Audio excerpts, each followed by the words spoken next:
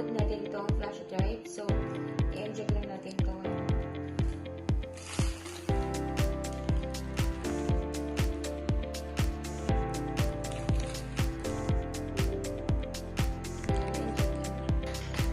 So, ngayon, isa-search natin yung this part.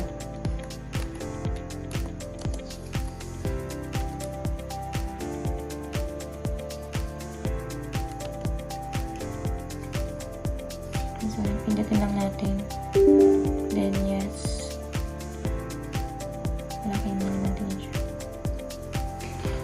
I-type natin yung this,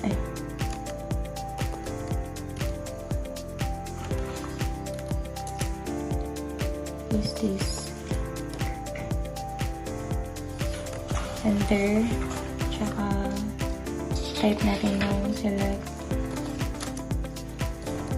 this one. Enter. Then, type naman natin yung clean. Enter. And then, yung word na create partition. Partition primary. Yan, then enter. Then next,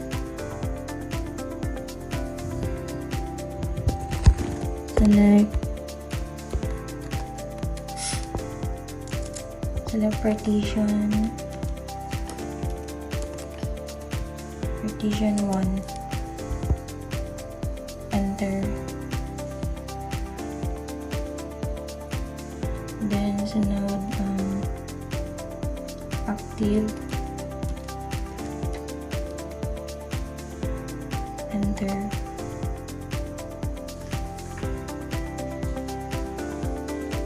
Then sunod format.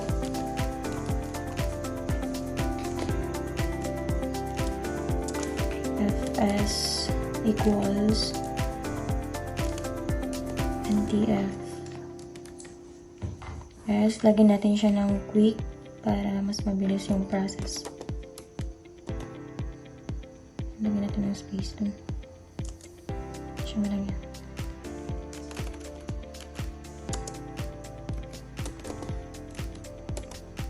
Yan, click.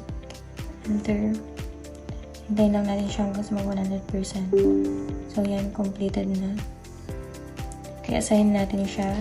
Type assign. Yan, then, enter. Yan na, successfully na. Removable words. So,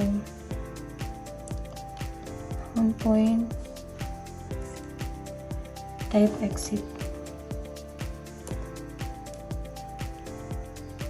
Enter. So, yan.